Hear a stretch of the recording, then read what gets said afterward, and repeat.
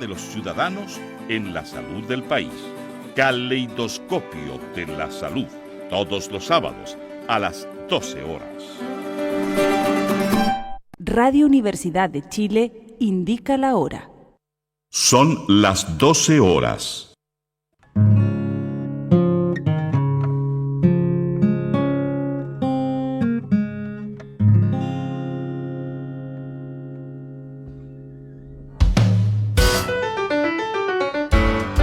Conciencias y Educación, programa de la Facultad de Ciencias de la Universidad de Chile, dedicado a mostrar el estado de las ciencias de frontera y analizar las políticas educacionales y contenidos programáticos sobre educación científica y educación ambiental. Con la participación especial del profesor Dr. Raúl Morales, decano de la Facultad de Ciencias de la Universidad de Chile. Conciencias y Educación, un programa para una ciudadanía más demandada en los avances científicos, tecnológicos y ambientales.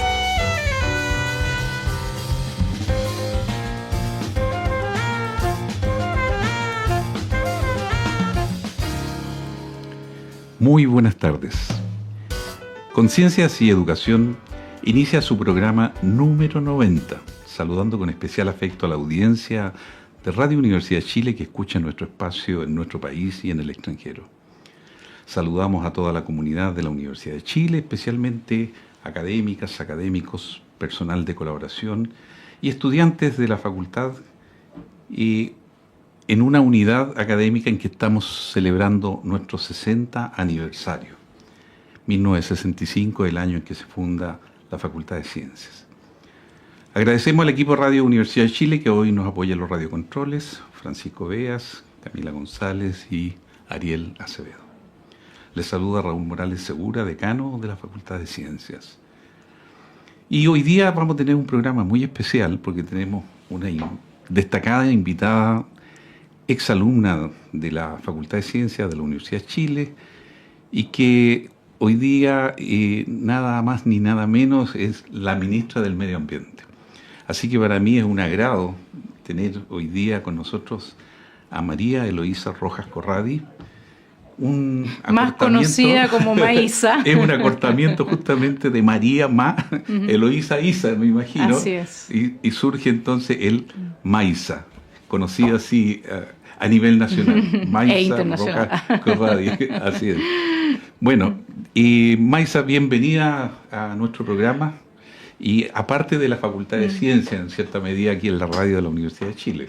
Así que sí, estamos contentos de tenerte aquí. Muy buenas tardes, decano, Raúl. Un gusto, en realidad, estar conversando en este programa dedicado no solamente al alma mater de la universidad, sino de la facultad en particular, donde estudié física. Así es, así es. Bueno, para que nuestros auditores sepan, Maísa estudió la licenciatura en física a comienzos de los años 90 y posteriormente realizó una estadía doctoral en Oxford, en el Reino Unido, Inglaterra. Y desde entonces se dedicó a los temas ambientales, particularmente el tema atmosférico. Volvió a la Universidad de Chile a trabajar al Departamento de Geofísica y posteriormente ser la directora del Centro de Ciencias del Clima y la Resiliencia, conocido como el CR2. Así que ese ha sido su retorno, digamos, al área científica ambiental, en áreas de investigación propias del paleoclima y cambio climático regional.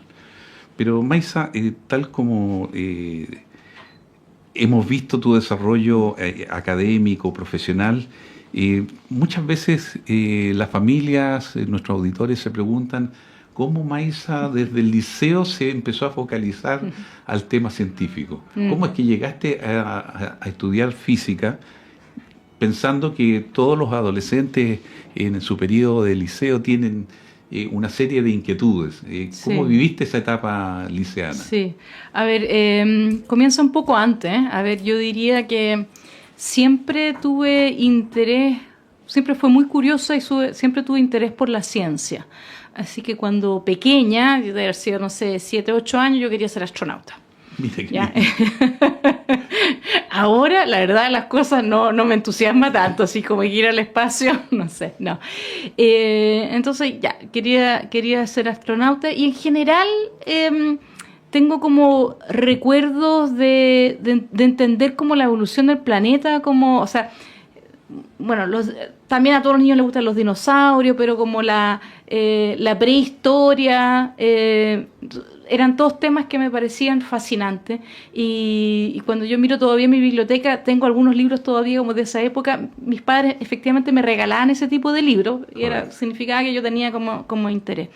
Después ya, claro, en la enseñanza media, la verdad las cosas que tuve pensando en varios como carreras, pero efectivamente escogí la preparación científica y quería estudiar física, y en tercero medio tuve una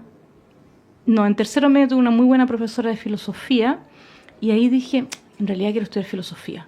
Y en cuarto medio llegó una profesora joven que acaba de jubilar recién hace como 2 años, la volví a ver, a dar las clases de física, y ahí me reencanté en el último año y pensé, creo que voy a empezar por física porque debe ser más difícil que empezar por filosofía y después hacer física. Y bueno, esa es un poco la historia. Así ¿En qué que me liceo preparé estudiaste? en el Instituto Santa María, un colegio en Ñuñoa, donde, como digo, claro, tuve muy buenas profesoras, sobre todo, yo diría estas 2 profesoras que me marcaron, la de filosofía, y en el último año del colegio la de física. Y estudié física y después hice el doctorado en física. Nunca estudié filosofía, pero lo que sí yo diría que a lo largo del desarrollo de mi carrera, a pesar de que hice un doctorado igual en física de la atmósfera, como tú mencionaste, fui como diversificando mis intereses que finalmente me llevaron a ser directora de un centro que es un centro que junta muchas disciplinas para entender el planeta, pero entender el planeta no solamente de la parte del punto de vista físico, químico, biológico, sino que también social. Así que he podido a lo largo de los años volver a trabajar y cultivar esos intereses amplios que ya tenía en la época estudiantil y en secundaria. estos 4 años, 5 años de licenciatura en física que hiciste en la Facultad de Ciencias, en un periodo político nuevo, porque estábamos justamente volviendo a la democracia en ese periodo. ¿Cómo viviste esa experiencia universitaria? Fue muy enriquecedora. Ahora, la Facultad de Ciencia y en particular la carrera de Física era pequeñita, éramos poquitos, pero en el año que yo entré, y unos años antes y después también, no sé si sigue siendo así, habíamos muchos que estábamos volviendo del exilio. O sea, o cuyos padres habían sido exiliados, que era mi caso. Yo viví los primeros 12 años de mi vida en Alemania, tenía otros compañeros que volvieron de Alemania, de México, de Rusia, de Francia, de México, de Venezuela incluso, o sea, muy diverso, un grupo muy pequeño, pero con convivencias antes de entrar a la universidad muy diverso, y eso fue muy enriquecedor. También, sí. Y de los profesores que pudieron haberte marcado un poco en física, ¿te recuerdas de alguno? Sí, por supuesto. Yo diría que todos, yo creo que todos recordamos al Jaime Rösler, el tigre, que falleció hace unos años, hace poquito, sí. También fue el momento en que volvió, bueno, en ese momento Claudio Teitelbaum, hoy día Claudio Bunster, los hermanos Hochmann. Correcto. También fueron profesores. Te tocó un grupo de oro, en sí, ese momento. Sí, y también a la María Inés Dinator, correcto, ¿verdad? Profesora nuclear. Exactamente. Muy importante en ese momento también darse cuenta, habían pocas mujeres, pero habían mujeres, que es muy como relevante para una como mujer de no sentir de que uno estaba en un espacio en el cual no tenía mucho que qué hacer. Tener el modelo Era femenino difícil. es importante. Era difícil y más en un área de la física nuclear, digamos, que era el único centro académico, podríamos decir, universitario, junto con el profesor José Roberto Morales, que trabajaba María Inés Dinator. Y bueno, te aprovecho también de comentar que en recuerdo a Jaime, recientemente hemos creado en la Facultad de Ciencias el Centro de Estudios Cosmológicos Jaime Ressler Bonsi. En recuerdo a su trayectoria, a su generosidad. Fue un profesor notable para muchas generaciones. Sí. Él fue uno de los primeros egresados de la Facultad de Ciencias de la licenciatura, así que tenía todas esas características y como lo reconocieron también incluso la Sociedad de Física de Chile como uno de los grandes físicos que ha tenido el país. Sí. Así Perdón, que en sentido... igual, perdona, es que suena como injusto. La verdad, las cosas que de verdad que los recuerdo a todos los profesores. No, sí está bien. Y particularmente estoy pensando en Herbert Massman también, porque él dio un curso que debe ser los cursos que yo más disfruté, que era la física de la música.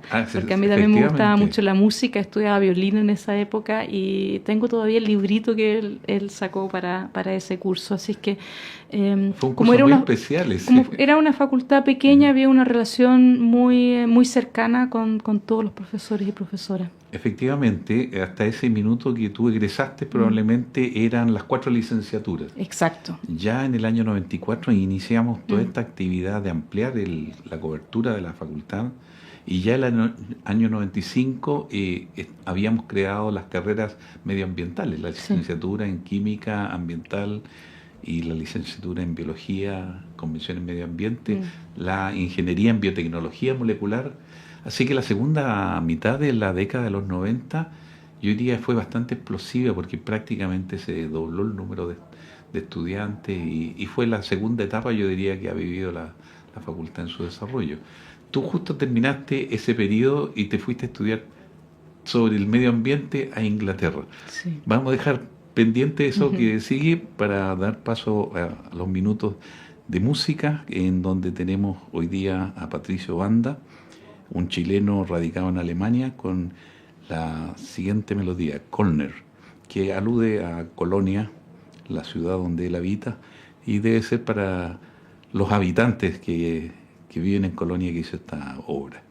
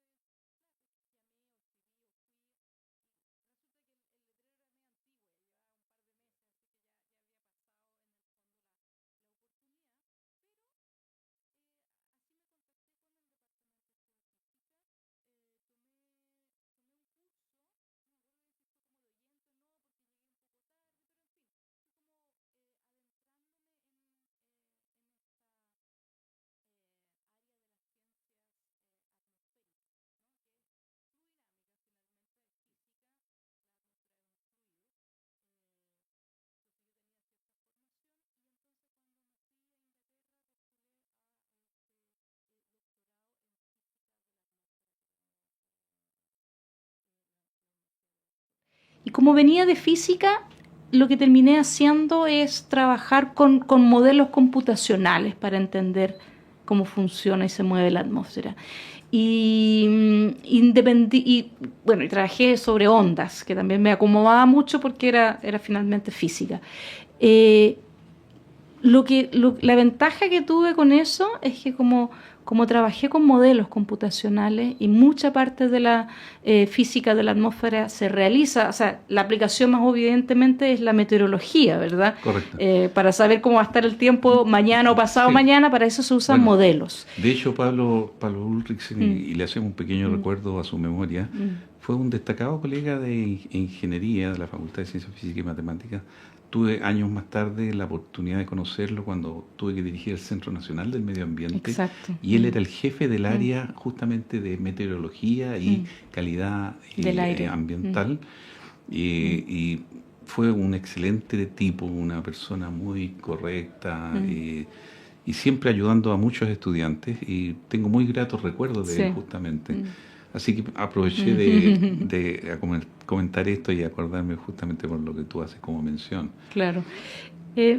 Claro, lo que me permitió entonces utilizar en el fondo, finalmente la modelación es una herramienta que después se puede aplicar a muchas cosas. Tú ya lo mencionaste en la presentación. En algún momento trabajé con modelos globales para el presente, para entender así qué tipo de ondas se propagan en la atmósfera. Después lo usé con modelos regionales para trabajar ya en clima y también lo utilicé para estudiar el clima del pasado, porque muchos años de mi carrera después trabajé en paleoclima con colegas que eran paleoecólogos de la Facultad de Ciencia, como Patricio Moreno, por ejemplo. Correcto. Y entonces, pasado, presente y futuro. Y el hecho de tener esta herramienta, entonces, me da mucha flexibilidad para poder profundizar mis conocimientos con muchas otras disciplinas y muchos temas muy variados. Y dime, Maisa, en Inglaterra, ¿con quién trabajaste? ¿En qué universidad, departamento? Sí, en la Universidad de Oxford, en la Facultad de Física, en el Departamento de Ciencias Atmosféricas, que era física planetaria, oceanografía y de la atmósfera. Así que muy interesante también estudiando atmósfera. Había gente que estudiaba atmósfera de otros planetas, gente que trabajaba en satélite, así que fue muy... ¿Y la diversidad estudiantil era muy variada? Era bien variada también, algunos ingleses, griegos, japoneses, o sea, europeos y de otros países. Así que sí, Inglaterra en general es un país que tiene también una diversidad geográfica de personas, y en Oxford que estudian muy variado. Y además en la particularidad de la Universidad de Oxford, que uno no solamente estudia en un departamento, sino que en un college, donde hay además gente de muchas carreras distintas, gente que está haciendo su doctorado en filosofía, en política, en economía, en ingeniería, en literatura, en biología, etcétera. Entonces también tengo... ¿Y se vive esa riqueza cultural? Enormemente, enormemente. Además, muchas actividades más allá, ¿verdad? Muchas posibilidad de escuchar charlas, de ver teatro, escuchar música, de estar expuesto a un lugar de efervescencia intelectual muy, muy rica, diría yo. ¿Cuántos años estuviste ahí? Tuve 3 años y medio. Hice mi doctorado así bien rápido, la verdad, las cosas. Yo me doctoré a los 27. Y de ahí me fui a la Universidad de Columbia, Estados Unidos, a hacer un postdoc. Ah, eso no lo sabía. Sí. Yo pensé que había vuelto a Chile directo. No directamente, no. Estuve en Nueva York un año en la Universidad de Columbia, específicamente ahí ya usando esta herramienta que había aprendido durante el doctorado de modelos climáticos para estudiar, hacer algunos experimentos sobre cuál podría ser el efecto si, por ejemplo, deforestamos el Amazonas, cuál tiene el efecto de eso en el clima global.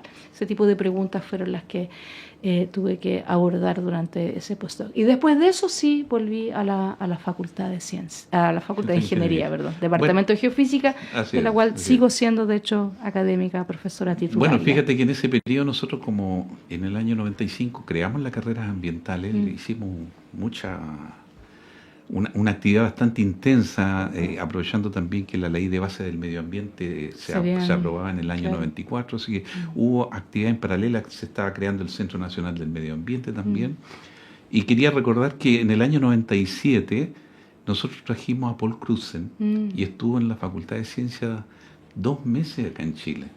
Cuando lo trajimos, él dijo, la única condición que les pongo es que quiero ir a conocer el observatorio del Tololo, en La Serena.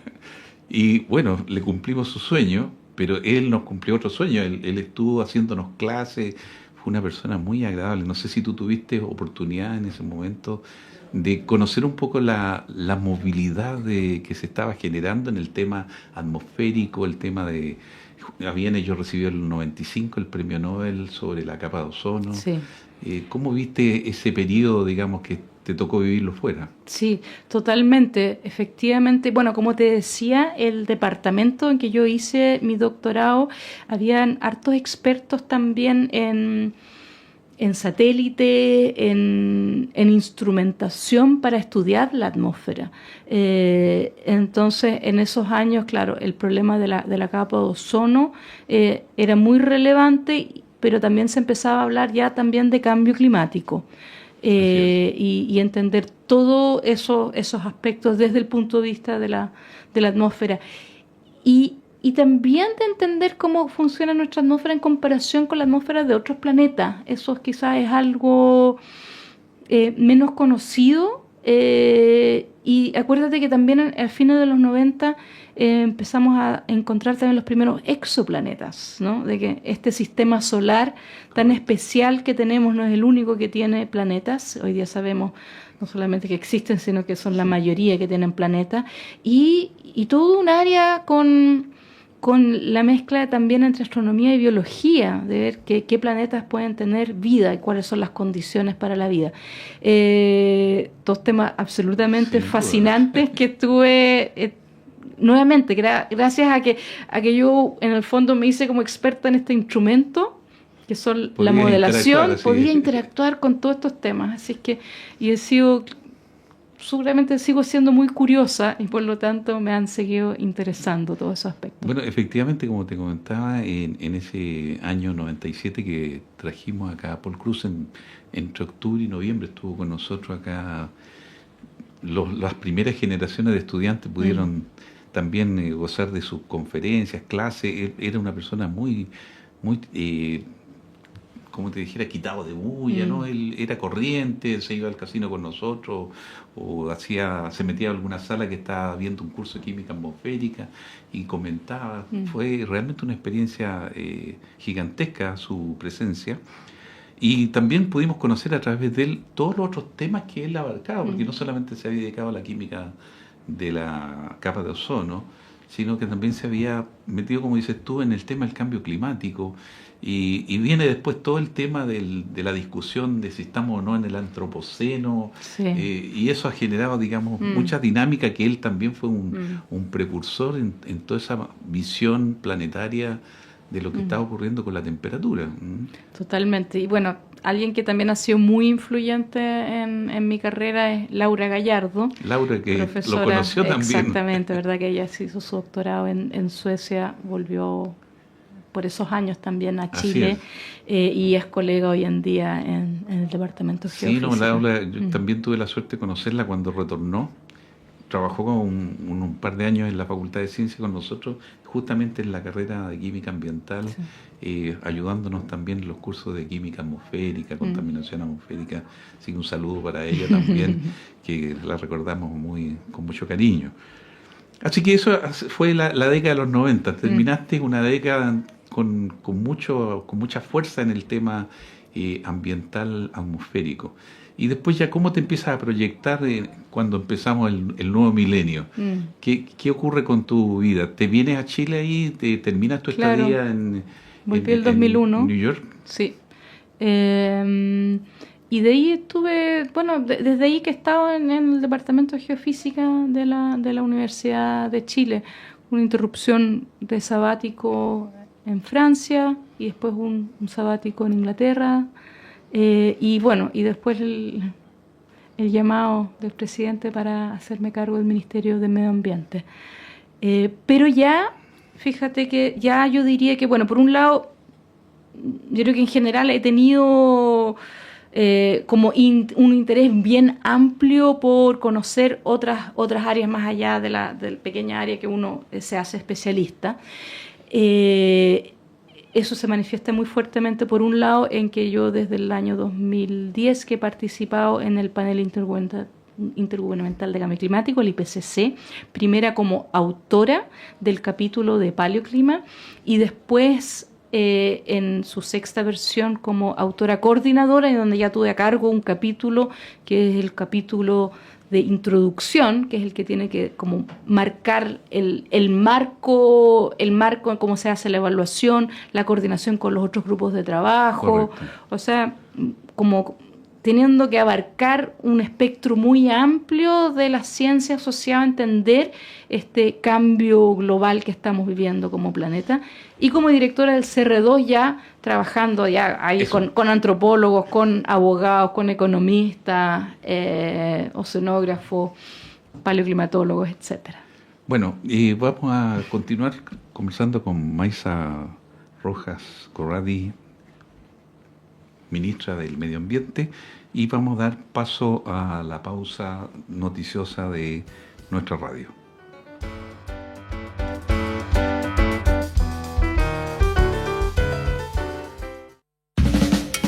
Cuarto Festival Contrabando, desde el 22 de marzo hasta el 6 de abril, en el Centro Cultural Espacio Mata, que se transformará en un epicentro de arte y cultura. Este festival contará con la participación de más de 100 artistas, ofreciendo una variedad de actividades que no se pueden perder. Feria, artes gráficas, pasacalles, música en vivo, talleres y exposiciones. Cuarto Festival Contrabando. Los esperamos en Avenida Santa Rosa, 9014 La Granja, cerca del Metro Santa Rosa. No se lo pierdan. Colabora Radio Universidad de Chile.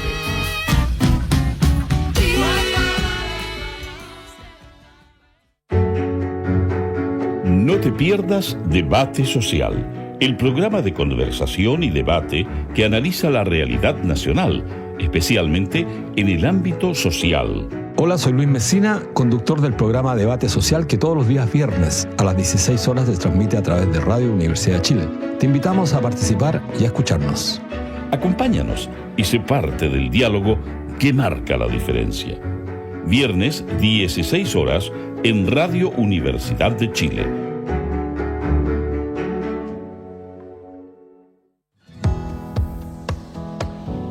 ¿Pensabas que la sexualidad era solo cosa de jóvenes? Las Vueltas de la Vida, un programa que desafía los estereotipos y nos invita a explorar la sexualidad en las personas mayores. Hola amigos y amigas, soy Johnny Acevedo Ayala, profesor asociado de la Facultad de Medicina de la Universidad de Chile, y les invito a escuchar cada martes a las 11 de la mañana Las Vueltas de la Vida, sexualidad de las personas mayores. Prepárate para una mirada sincera y reveladora sobre un tema que nos concierne a todos y todas. Hola, soy Miguel Veracifras y quiero invitarlos a escuchar Holo Jazz todos los lunes a las 20 horas por Radio Universidad de Chile. La cultura, el arte y sus comunidades. Un espacio para la discusión, improvisación y la escucha social. Holo Jazz, lunes, 20 horas.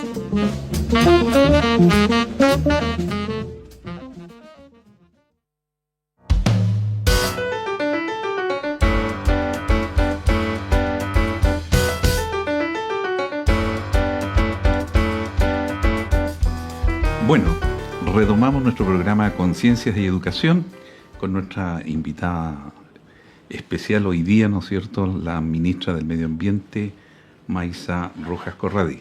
Maysa, tal como estábamos conversando, llegaste de alguna manera a la Facultad de Ciencias Físicas y Matemáticas a retomar todo el tema de cambio climático y ahí se te entregó una tarea, yo diría, bastante importante, de hacerte cargo de un centro, Ciencia del Clima y la Resiliencia, que no solamente cubre el aspecto científico duro de lo que es la atmósfera, la física de la atmósfera, sino que se abre incluso al tema histórico, natural de nuestro territorio, voy a decir, y planeta, por supuesto, pero también a los temas sociales. ¿Cómo fue este aterrizaje en la dirección de un centro de esta complejidad? Sí.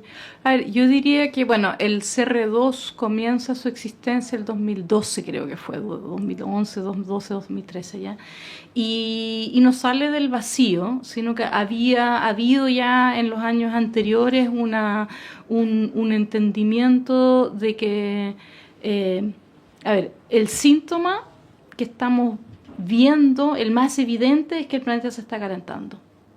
Pero para entender cuáles son las consecuencias más allá de ese aumento de temperatura, se requiere de harta ciencia física, quizás interdisciplinaria. Pero sobre las consecuencias en los grupos humanos se requiere mucho más conocimiento aún. Y sobre las soluciones para enfrentar el problema, aún más. Y eso entonces con los años se va haciendo cada vez más evidente que requiere una mirada primero multidisciplinaria, pero probablemente también interdisciplinaria, porque finalmente lo que estamos hablando es que vamos a tener que repensar la manera en que nos organizamos como sociedad, la manera en que construimos nuestras ciudades, la manera en que producimos nuestra comida, cómo nos transportamos, etcétera, etcétera, etcétera. Entonces, eso yo creo que desde el grupo inicial del CR2 lo vimos muy claramente, y formamos este centro con esa diversidad que pensábamos, y muy claramente es así, se requería para enfrentar este problema de manera como holística. Ahora, habíamos mencionado, y yo creo que es bonito que también lo sepan, sobre todo los estudiantes que estén escuchando, hay un área en Chile muy interesante que es el estudio del paleoclima, ¿ya? O sea, cómo ha evolucionado el clima más bien a esta escala más bien geológica. Y lo digo porque en la Facultad de Ciencias hay un grupo bien importante, no el único, pero bien importante, liderado aquí por el profesor Patricio Moreno, que se hace ese tipo de preguntas. Porque claro, antes de que existían los termómetros, ¿cómo sabíamos cómo había cambiado la temperatura? O antes que existieran los pluviómetros, ¿cómo sabemos que ha cambiado la precipitación? Y bueno, la cosa interesante es que la naturaleza va dejando sus registros. Esto deja un registro y hay que entonces interrogar esos registros, y hay muchos de esos registros en Chile porque tenemos la situación muy privilegiada de esta enorme extensión latitudinal, tener mucha naturaleza relativamente prístina, y ser como la parte continental que llega más al sur, en el hemisferio sur, afuera de Antártica. Entonces tenemos todas esas ventajas comparativas, y hay un grupo interesante de paleoecólogo, geomorfólogo, glaciólogo, paleoceanografía, o sea, todo ese apellido con paleo, muy, muy interesante, si es que es una invitación para que conozcan esta ciencia que se realiza. ¿Y por qué es importante? Porque hay que poner en contexto lo que estamos viendo. En algún momento quizás se dudaba que efectivamente nos estuviésemos calentando. Después quedó claro, sí, el planeta se está calentando, pero la pregunta uno dice, bueno, pero quizás esto es normal. ¿Qué efecto tiene? Claro, esto quizás es normal y siempre ha ocurrido.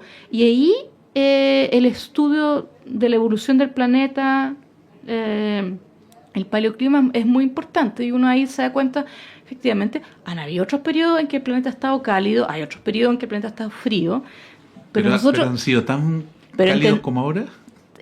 Sí, probablemente sí, pero la pregunta es, ¿de dónde viene eso cálido? ¿Quién lo produjo? ¿Es parte de los ciclos naturales? De los ciclos de Milankovitch, un famoso matemático serbio que propuso que habían ciertas cosas en cómo se movía el planeta alrededor del Sol, o sea, el movimiento planetario, el que influencia.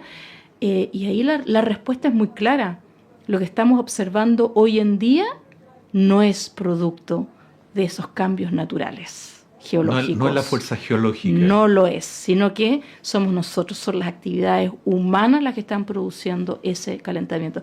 Y esa información es sumamente relevante, le dio una perspectiva a lo que estamos hablando de cambio climático, crítica para entender la importancia y la urgencia que estábamos interviniendo de una manera como una fuerza igual a la geológica, más allá de la geológica, con la actividad humana de quemar carbón, petróleo, diésel, etc.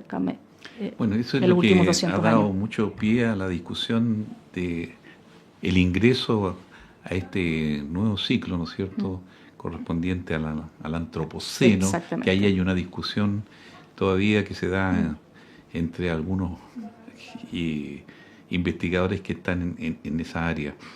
Pero bueno, yo creo que el llamado que tú haces también es bastante interesante, porque eso significa pensar que nuestro país tiene una riqueza en sus suelos, en su borde costero, también de mucha capacidad de investigación.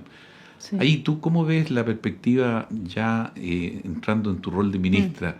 ¿Qué potencial ves tú que requiere el país desarrollar en los próximos años en materia de ciencia y tecnología relacionado con el tema ambiental? Sí, mira, estábamos hablando antes, mientras los auditores escuchaban los anuncios, ¿verdad? Hablamos un poquito de cómo se ha desarrollado la institucionalidad ambiental en el país. Efectivamente, el 94 se publica la Ley de Bases del Medio Ambiente y ahí tenemos a la CONAMA, ¿verdad? Que después, en una segunda reforma en el 2010, crea el Ministerio, el Servicio de Evaluación Ambiental, los tribunales ambientales, la superintendencia. La última pieza... Nacional, ¿no? Sí, pero la última pieza recién la tenemos en el 2023. La logramos en este gobierno, que es el Servicio de Biodiversidad y Áreas Protegidas. Podríamos hablar largamente de eso, pero quiero mencionar un aspecto nomás, y es que tanto en la Ley de Base del Medio Ambiente, tanto en la ley que crea el Servicio de Biodiversidad y Áreas Protegidas, como en la Ley Marco de Cambio Climático, que yo diría que es una ley súper relevante, tienen un principio científico, ¿ya? Aquí las decisiones hay que tomarlas con la mejor información científica disponible, y hay que tomar decisiones con esa base, también aplicando un principio precautorio, que en el caso de que no tengamos suficiente información, igual hay que tomar decisiones y de no regresión. Esos son como los principios que están detrás de nuestra institucionalidad ambiental y cómo enfrentamos esta crisis de cambio climático que tenemos muy clara, en la cual estamos viviendo y que tiene un efecto importante sobre la vida de las personas hoy en día. Y como tenemos ese principio, por ejemplo, ¿en qué se materializa eso? Se materializa en que la Ley Marco de Cambio Climático tiene un comité científico que está compuesto por, no me acuerdo si son 9, 10 o 11 científicos y científicas de distintas áreas, distintas regiones del país, para que nos vaya insumando y dando su opinión sobre todos los instrumentos que tenemos que aplicar de la Ley Marco de Cambio Climático. Bueno, entonces tiene un rol muy importante, esa es la respuesta concreta. Bueno, tú efectivamente te tocó participar en las conferencias de las partes, la que tocó en Chile, que malamente se tuvo que trasladar de sitio a España. ¿Cómo fue tu experiencia en ese tipo de conferencias? Que han sido bastante criticadas también, porque aparte de la que ocurre en Kioto y después en París como las más relevantes, por los avances que se lograron ahí establecer con la mayoría de los países, no con todos, después se ha dicho que de alguna manera estas conferencias no han aportado mucho más a enfatizar, podríamos decir, el peligro en que se encuentra el planeta. De hecho, el secretario general Guterres, ¿no es cierto?, lo ha dicho en varias oportunidades, estamos a las puertas del infierno, o ese tipo de metáforas, ¿no es cierto?, que tratan de mostrar lo grave que es esta situación. Tú, desde la perspectiva ya de participante dentro de esta conferencia de las partes, ¿cómo lo viste? Sí. A ver, efectivamente, en el 2019, cuando Chile se ofrece para tener la COP25 en ese momento, recordemos por qué llega Chile a esto. Sí. En realidad debería haber sido Brasil. Hubo un cambio de gobierno. Claro. En Brasil entra Bolsonaro y dice, yo no voy a organizar esta conferencia. Y ahí, en esa situación, como le tocaba a la región, Chile se planteó. Se ofrece y toma ese desafío. Y en ese año justo se había creado el Ministerio de Ciencia y el presidente Piñera le dice al recientemente nombrado ministro de Ciencia, Andrés Kuff, bueno, participa y tú tienes que aportar acá. Y entonces el ministro me llama a mí y me dice que quiere que sea la coordinadora científica para aportar con insumos científicos a la organización de la COP. Y ese, de hecho, es el comité como de antesala que ahora está en la ley. Correcto. Y ahora por ley tiene ese rol que nosotros cumplimos en su momento de manera no legal, y yo creo que fue muy importante. Cuando yo recibí esa llamada y empezamos como a organizar el equipo, etcétera, si tú me hubieses preguntado cuántos científicos, científicas hay en Chile que trabajan en estos temas, yo habría dicho, no sé, 50, 70, 80 quizás. A lo largo de ese año nosotros hicimos muchas convocatorias para que nos ayudaran en distintos temas. Nos organizamos en 9 mesas de trabajo y recibimos el aporte de más de 600 científicos y científicas del país. Imagínate, que de manera desinteresada, completamente gratuita, aportaron con un montón de informes que tenemos y cuyas recomendaciones han sido una parte fundamental que se han ido, por un lado de la ley marco de cambio climático y de cómo hemos avanzado los instrumentos para enfrentar el cambio climático como país. De hecho, yo en ese momento, la ministra de ese momento de Medio Ambiente le pidió al CR2, y yo participé siendo directora del CR2, en asesorar técnicamente la discusión de la ley en el Congreso. Así es que yo ayudé a esa discusión y hoy en día la estoy implementando. Así es que esta narrativa científica ha sido como un hilo conductor, correcto, yo diría, de toda la acción que tiene Chile, de cómo enfrenta el cambio climático, y piensa que además ha sido una política de Estado, porque la presidenta Bachelet ratifica el Acuerdo de París. El presidente Piñera decide tomar la COP25 e impulsa la discusión de la ley, y ahora es el presidente Boric, a través de mí, que implementamos la ley, que sacamos el servicio de biodiversidad y áreas protegidas, y ahí la evidencia científica ha sido un hilo conductor bien importante.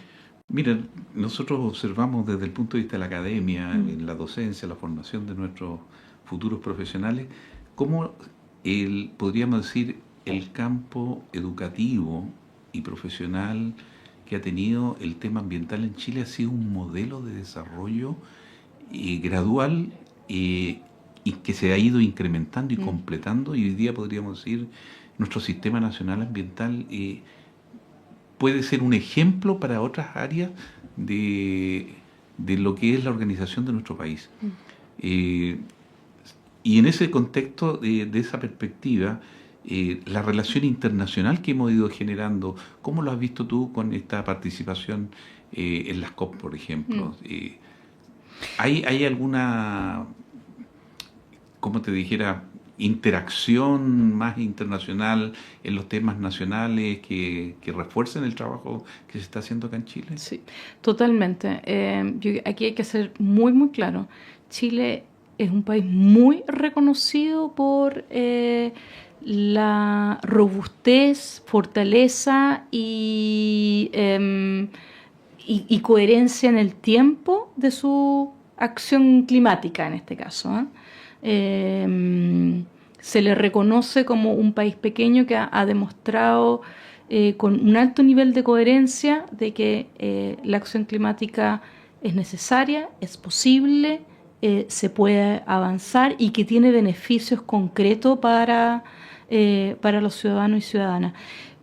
Yo vengo llegando de Alemania, de Berlín, donde todos los años el gobierno alemán hace 15 años ya, organiza una reunión que se llama los Diálogos de Petersberg, donde invita a un subconjunto de países, unos 30, 40 países, para hablar cómo avanzamos en esta agenda. De hecho, se organiza desde que hubo el desastre en Copenhague, que fue una COP que fue realmente desastrosa porque terminaron peleados, China y Estados Unidos se retiraron y esa crisis que hubo es la que lleva a un cambio bien radical en la manera de pensar cómo enfrentamos esto, y con eso llegamos al Acuerdo de París. Bueno, y ahí Alemania invita a estos diálogos, que son unos diálogos que son bajo puerta cerrada, con mucha confianza, de ver, bueno, cómo aquí avanzamos. Y ahí estuve lunes, martes y miércoles de esta semana. Y di un ejemplo, y la gente quedó realmente muy impresionada. Yo le di el siguiente ejemplo. Chile firmó hace 10 años el Acuerdo de París. Hace 10 años atrás no había ni un bus eléctrico en Chile y en Santiago en particular. Este año 3 de 5 buses que transitan por Santiago van a ser eléctricos. 3 de 5. O sea, es mucho. ¿Ya? Ni siquiera en Europa se da en eso. 10 años, hace 10 años atrás, las energías renovables no convencionales representaban un 5% de la generación de electricidad. El año pasado cerramos con 47.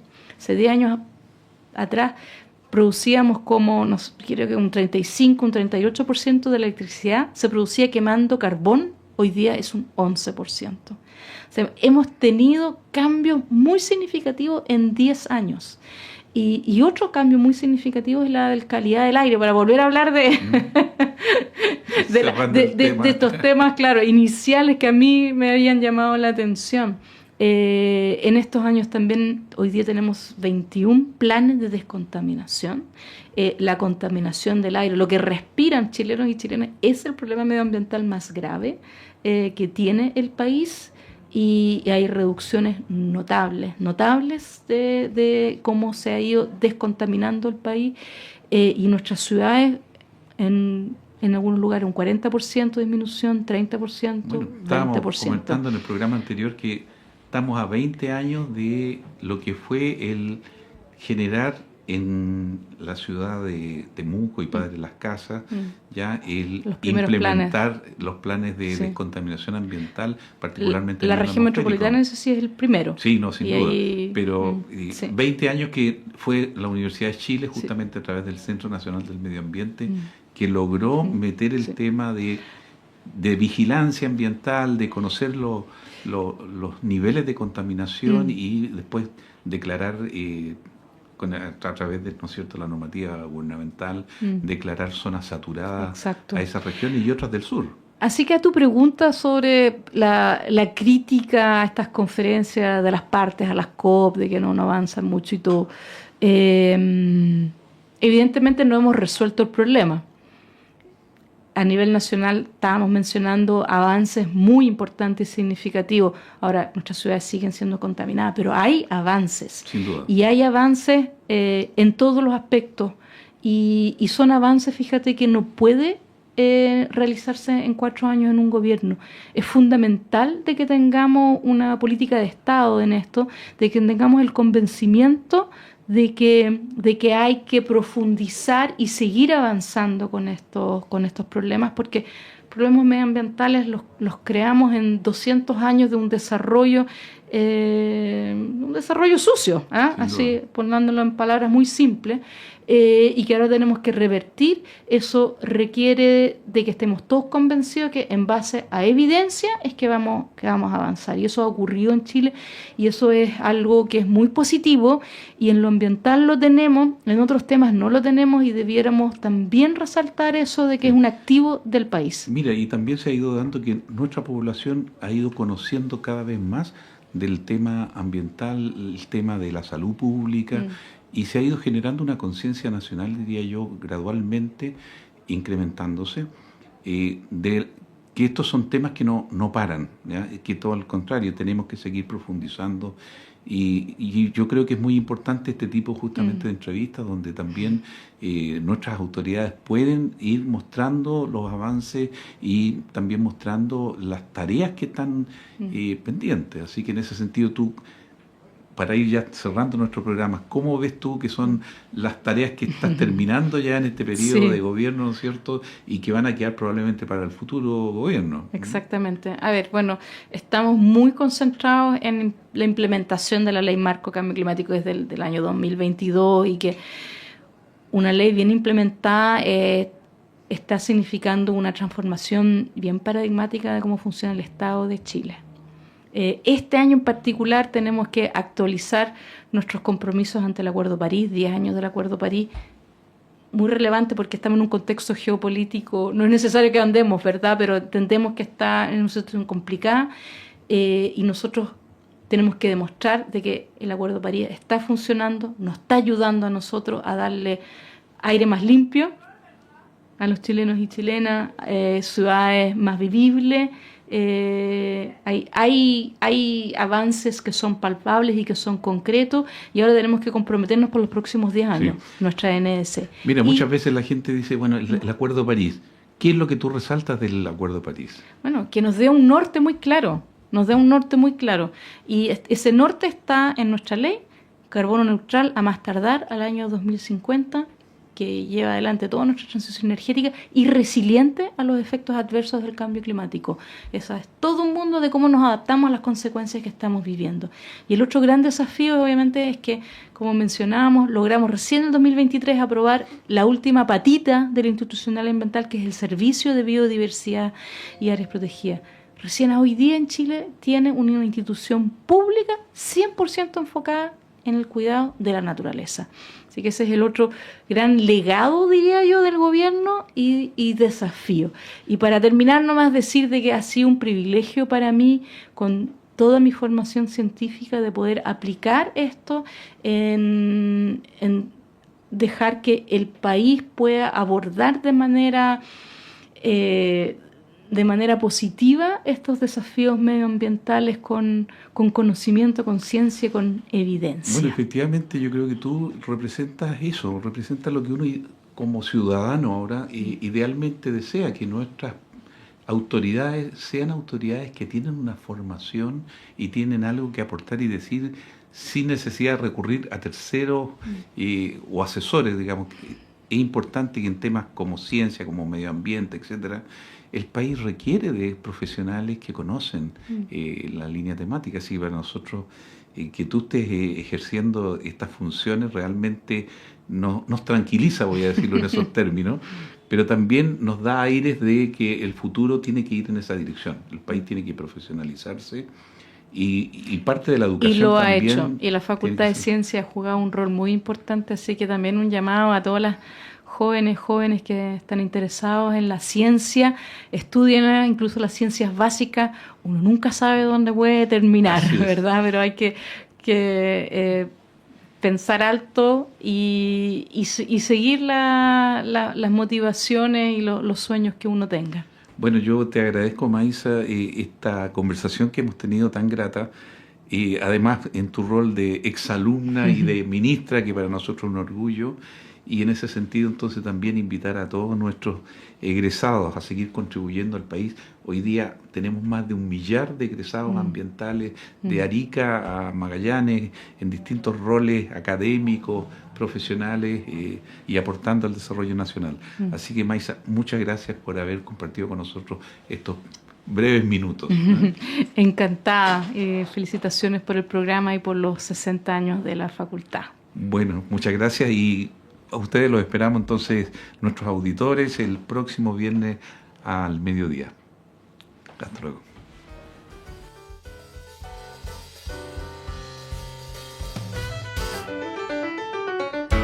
Conciencias y Educación, programa de la Facultad de Ciencias de la Universidad de Chile, dedicado a mostrar el estado de las ciencias de frontera y analizar las políticas educacionales y contenidos programáticos sobre educación científica y educación ambiental, con la participación especial del profesor Dr. Raúl Morales, decano de la Facultad de Ciencias de la Universidad de Chile. Conciencias y Educación, un programa para una ciudadanía más demandada en los avances científicos, tecnológicos y ambientales.